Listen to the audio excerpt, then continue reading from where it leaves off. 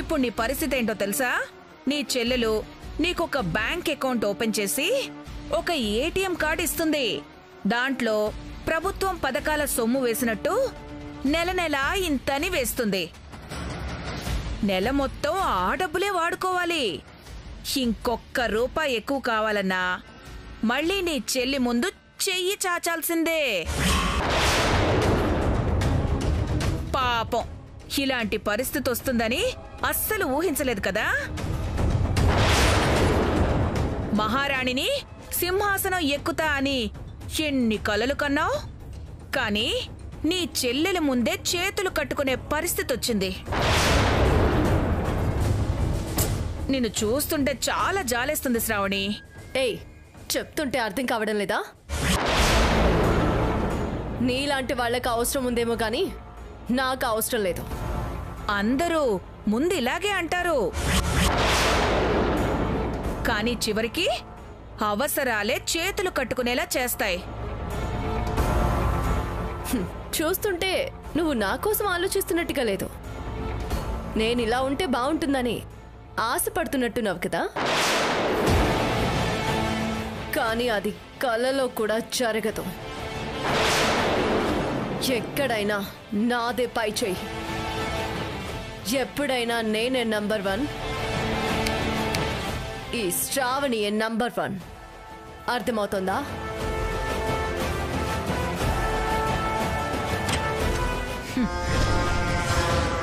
అర్థమవుతోంది. నీకు దక్కనిది నీ చెల్లెలికి దక్కిందని ఎంత రగిలిపోతున్నావో అర్థమవుతోంది. ఇలా మెల్లగా నిప్పు రాజేస్తూ ఉంటే అవసరమైనప్పుడు తగలబెట్టడానికి పనికొస్తుంది.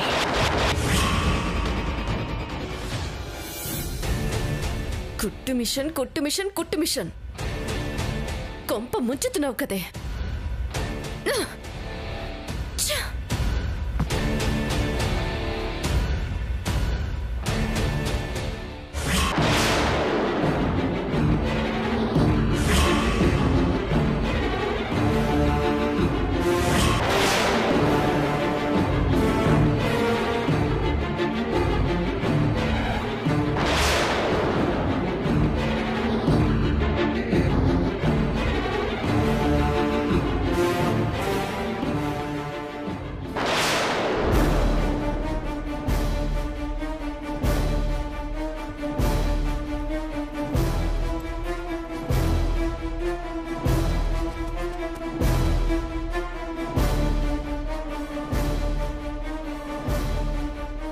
ఏయ్, నువ్వెందుకు వచ్చావే?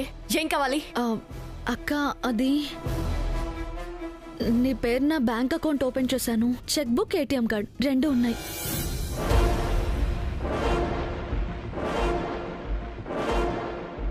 అంటే ఇక్కడి నుంచి ప్రతి నెల నా ఖర్చులకి కావలసిన డబ్బులు ఈ అకౌంట్లో వేస్తావు, అంతే కదా? అవునక్క. అంటే నువ్వు వేసే ముష్టి తీసుకొని నేను బతకాలా? నాకేదైనా అవసరమైతే నీ దగ్గర చేయి చాచి బతకాలి. అయ్యో, అలా అంటున్నావేంటక్క? ఎలా అనాలి? ఎలా అనాలి? పైకి అమాయకంగా ఉంటూనే ఎంత నాటకం ఆడావే. నేనేం చేశానక్క? ఇంతకన్నా ఇంకేం చేయాలి? నేను కన్న కలలు, ఆశలు మొత్తం నాశనం చేసేసావు కదే. గొప్పింటి కోడల్ని కావాలనుకుంటున్నానని, మహారాణిని కావాలనుకున్నానని నీకు తెలుసు. కానీ నా కర్మ కొద్దీ నేను కోడలిగా వచ్చినింటికే నాకన్నా ముందే నువ్వు కోడలు అయిపోయావు. పోనీ ఆ విషయం ముందే చెప్పి చచ్చుంటే ఈ పెళ్లి చేసుకునుండేదాన్నే కాదు. కానీ ముసుగేసుకుని మరి దగ్గరుండి పెళ్లి చేశావు. అక్క, నువ్వు అలా చేస్తావు, పెళ్లి చేసుకోవని చెప్పలేదక్క. ఎందుకు? నన్ను నీ తోడికోడలుగా రానిచ్చి జీవితాంతం నన్ను సాధించుకుని తినడానికా? ఎందుకక్క అలా మాట్లాడతావు? ఇప్పుడు నేనేం చేశానక్క? నా వల్ల నీకేం సమస్య వచ్చింది? నువ్వు నా పక్కనుండడమే నాకు పెద్ద సమస్య. అయినా అక్కడ మన ఇంట్లో కుక్కిన పేన్లా పడుండేదానివి ఇక్కడికి రాగానే కొమ్మలు వచ్చేసాయా నీకు? నీ మొహానికి ఈ ఇంటి పెత్తనం ఒకటి కావాలి. నా మీదే పెత్తనం చలాయించే స్థాయికి వచ్చావా నువ్వు? నేనేం కావాలని అడగలేదు కదక్కా. నువ్వు వద్దంటేనే నాకు ఇచ్చారు కదా. నేను వద్దనే అంటాను. ఎందుకంటే ఎవరైనా నన్ను బతిమలాడితే నాకు ఇష్టం. నాకన్నా గొప్పోళ్ళు లేరని నా చేతికిస్తే నాకు సంతోషం. కానీ మధ్యలో పానకంలో పుడకలా నువ్వొచ్చావు.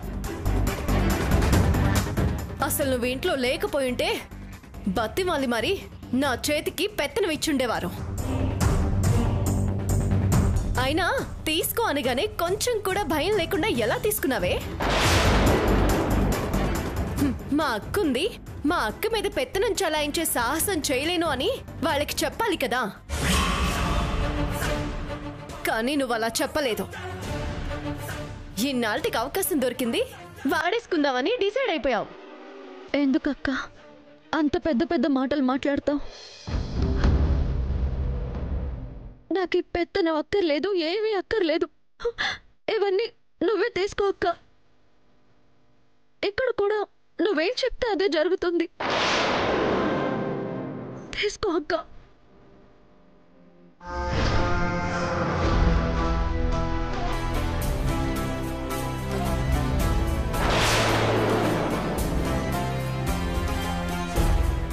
ఎవడికి కావాలే నీ బోడి తాళాలు?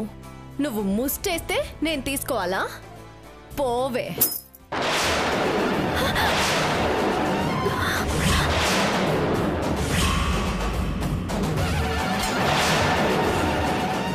అక్క మాట్లాడుకునే పో. ఎవరి దయా దాక్షిణ్యాలు నాకు అవసరం లేదు. ఎవరి మోచేతి కింద నీళ్లు తాగాల్సిన అవసరం నాకు లేదు. ఇది నీ ఇల్లక్క. నీకంత కర్మేంటి? ఎందుకు అలా ఆలోచిస్తున్నావు?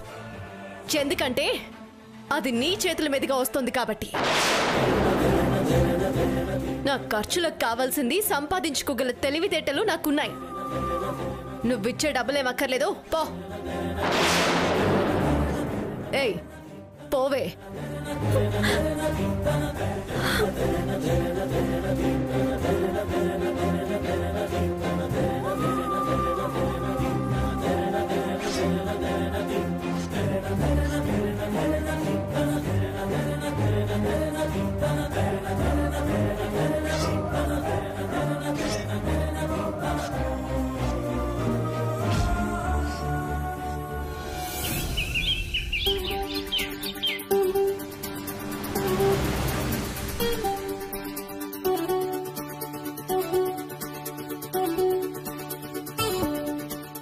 ధరణమ్మ, నువ్వు చెప్పినట్టుగానే బ్రౌన్ రైస్ కూడా వండాను.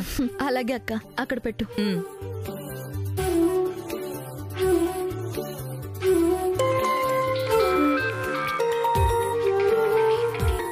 అక్క, F2 ఫోన్ చేస్తున్నాడు. మాట్లాడు. Hello F2. అక్క చెప్పు F2. మొన్న మనం శోభన్ రాజు గురించి జైలు పోయినాం కదక్క. అవును. అక్కడ జైలు గార్డు నా ఫ్రెండ్ని కలిసాం కదక్క. అవును, అతనే కదా మనకు ఆ రోజు రికార్డు మొత్తం చూపించాడు. అవునక్క, కానీ ఈరోజు ఏకంగా ఆ శోభన్ రాజు వాయిస్ రికార్డింగే పంపించిండు.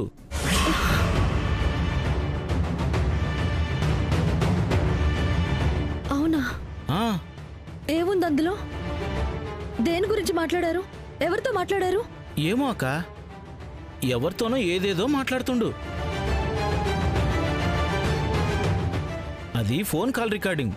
శోభన్ రాజు ఎప్పుడు మా ఫ్రెండ్ ఫోన్ నుంచే మాట్లాడతాడట. ఆటోమేటిక్గా కాల్ రికార్డ్ అవుతుంది, మనకు ఉపయోగపడుతుంది కదా అని పంపించిండు. నేనైతే మొత్తం విన్నానక్క. వాళ్ళేదో మస్తు ప్లాన్ వేస్తుండ్రు. మొత్తం నీ గురించి, నానిభయ్య గురించే.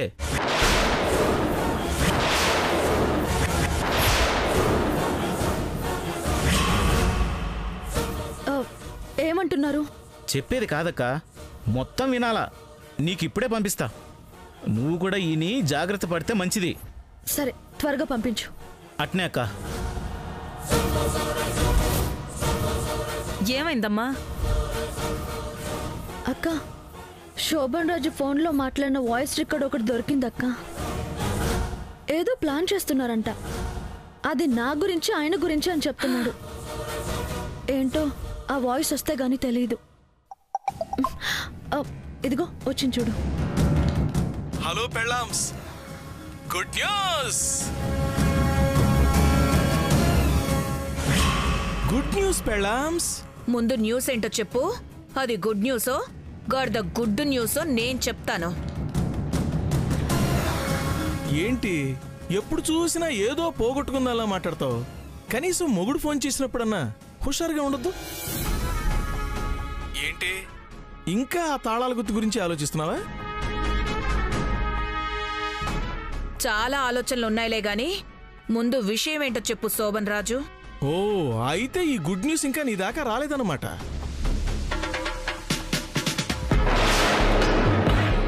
శశికళ నీతో చెప్పుంటుందనుకున్నానులే. సర్లే, నా నోటితో నువ్వు వినాలని రాసుంది. ఎంతైనా మనది మొగుడు పెళ్ళాల అనుబంధం కదా. నేను ఈ రిపబ్లిక్ డేకి జైలు నుంచి రిలీజ్ కాబోతున్నాను.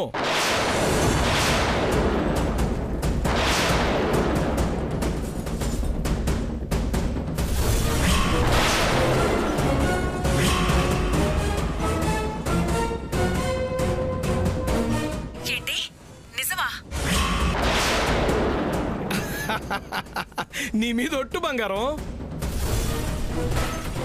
గణతంత్ర దినోత్సవానికి మనకి స్వాతంత్ర్యం. అయితే అదే రోజు నా కూతుర్ని తెస్తావా? తప్పు పెళ్ళం. నేను జైలు నుంచి బయటికి రావడం నీ కూతురు చూస్తే బాగుండదు కదా.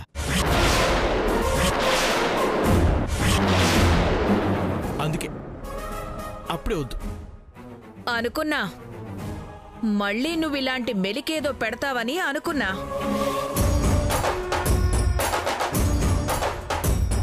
మనిషి అన్నాక మాట మీద ఉండాలి. నిన్ను జైలు నుంచి విడిపిస్తే నా కూతురిని నాకు చూపిస్తా అన్నావు కదా, మళ్ళీ మాట మారుస్తావేంటి?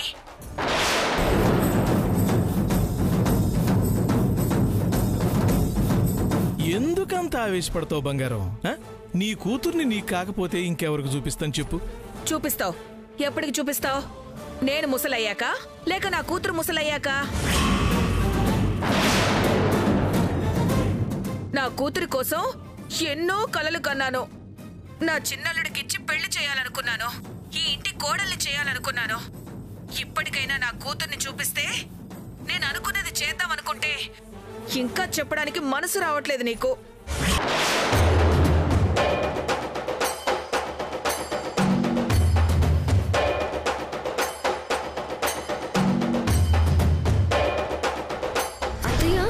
సంయుక్త ఎవరు? చదువు కోసం చాలా మందికి డొనేషన్స్ ఇస్తున్నారు కదా, ఏ అమ్మాయి కూడా వాళ్ళలో ఒకరు అత్తయ్య? కాదమ్మా, ప్రియంవద కూతురు. అరే కొంచెం ఓపిక పట్టు బంగారం. ఊరికే తొందరపడితే ఎలా? దేనికైనా సమయం సందర్భం రావాలి కదా. ఇప్పుడు నేను రావడానికి ఒక సమయం వచ్చింది కదా, అలాగే నువ్వు నీ కూతుర్ని చూడటానికి కూడా ఒక సమయం సందర్భం వస్తుంది. అప్పుడు తప్పకుండా చూస్తావు. అప్పటిదాకా కొంచెం ఓపిక పట్టు.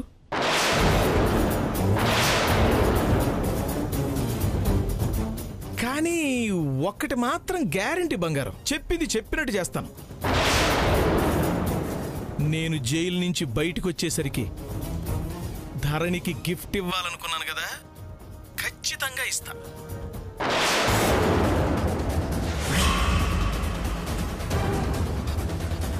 హలో హలో,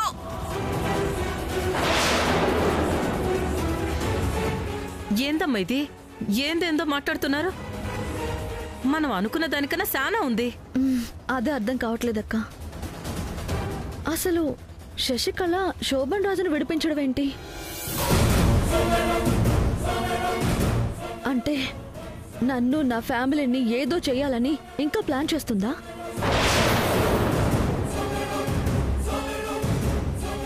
అంత వార్నింగ్ ఇచ్చినా దానికి బుద్ధి రాలేదు. రాదమ్మా, రాదు. సింత చచ్చినా పులుపు సచ్చుద్దా? ఇది అంతే. అందుకే దాన్ని అప్పుడే సావనిచ్చుంటే బావుండేది అన్నా. అది సరే, ఈ ప్రియంవద బాధేంది? దాని కూతుర్ని నాని బాబుకిచ్చి పెండ్లి చేస్తానంటుందేంది?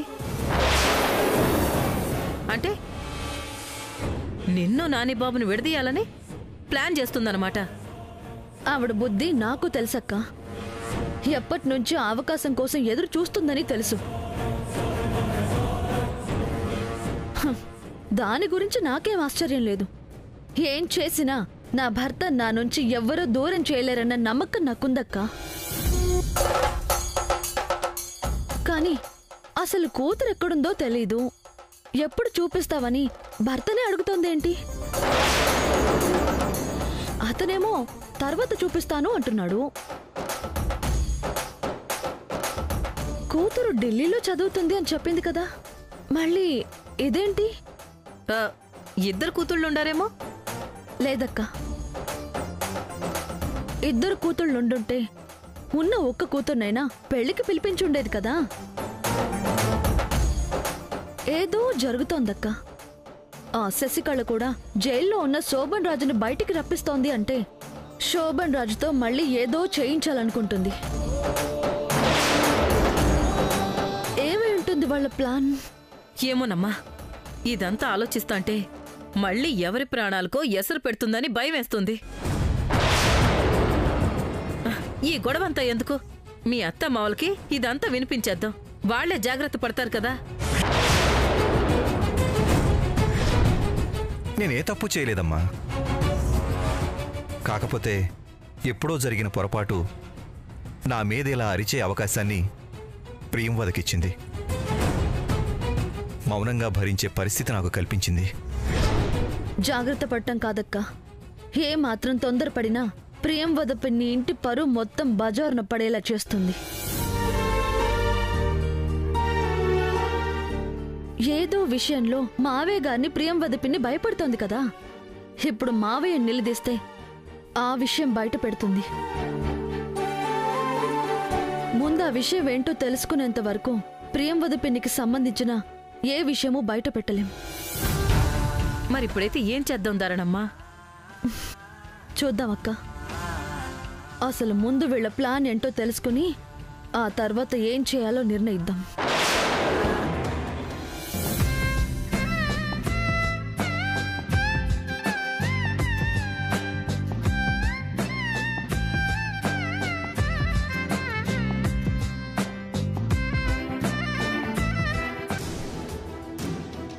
Tailor,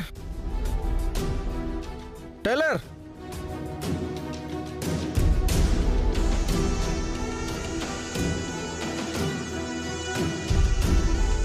tailor. ఏంటి సారు? నా టవల్ ఎక్కడ పెట్టావు? బెడ్ మీద పెట్టాను సారు. టవల్ టవల్ కాదు, నా ఫోన్ ఫోన్ ఫోన్ ఎక్కడ పెట్టావు? మీ చేతిలోనే పట్టుకుని మళ్ళీ నన్ను అడుగుతున్నారేంటి? సరే, ఫోన్ కాదు, నువ్వు ఒకసారి రా నాతో. మళ్ళా వీపు రుద్దాలేమో దారణమ్మా, వెళ్ళు. పొద్దున్నే స్నానం కూడా చేశారక్క, ఇప్పుడు వీపు రుద్దడం ఏంటి? టైలర్, నా షర్ట్ కనిపించడం లేదు, వస్తున్నావా లేదా? అబ్బా వెళ్ళు దారణమ్మా. నాకు ఇక్కడ చాలా పనులున్నాయండి, నేను తర్వాత వస్తాను, మీరు వెళ్ళండి. టైలర్,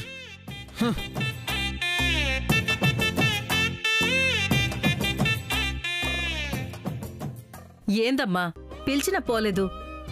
కోపం వచ్చినప్పుడు నీ కళ్ళల్లోకి చూడమని నువ్వే మాతాజీలా చెప్పినావు కదా, మళ్ళా నువ్వే పోలేదేంది? ఆ వాయిస్ రికార్డ్ విన్నప్పటి నుంచి మనసులో లేదక్కా. తిరిగి నేనే ఆయన మీద చిరాకు పడతానేమోనని భయమేసి. దానికి దీనికి లంకి పెడితే ఎట్టాగమ్మా? పాపం ఆడు ఎంత రుసరుసలాడుతున్నాడో ఏందో.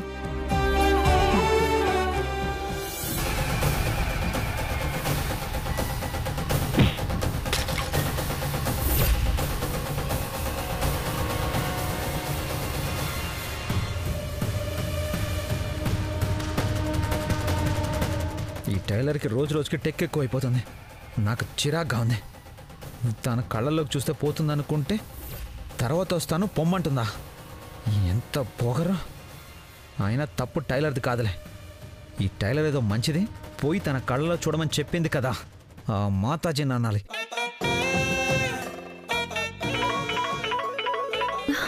అక్క, ఆయన మాతాజీ నంబర్కి కాల్ చేస్తున్నారు. మరి నువ్వు పిలిస్తే పోలేదు కదా, ఇంకేం చేస్తాడు? ఎత్తి కొంచెం చక్కగా మాట్లాడు.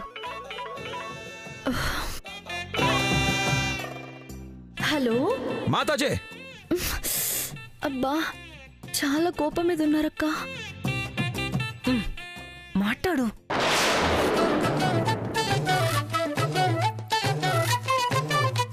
ఏంటి నాయనా, చాలా కోపం మీద ఉన్నట్టున్నావు?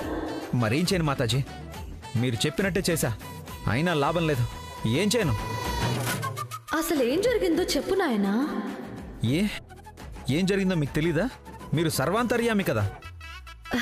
తెలుసు నాయనా, కానీ భక్తుల గొంతుతో వింటేనే బాధ అర్థం అవుతుంది. మీరేమో నాకు కోపం వచ్చినప్పుడు టైలర్ మొహంలోకి చూడమంటారు, కానీ ఆ టైలర్ ఏమో రమ్మంటే రావట్లేదు. అవునా? అవును మాతాజీ, నా భక్తురాలు చాలా మంచిదని మీరు వెనకేసుకొస్తారు, కానీ చాలా టెక్ ఎక్కువ.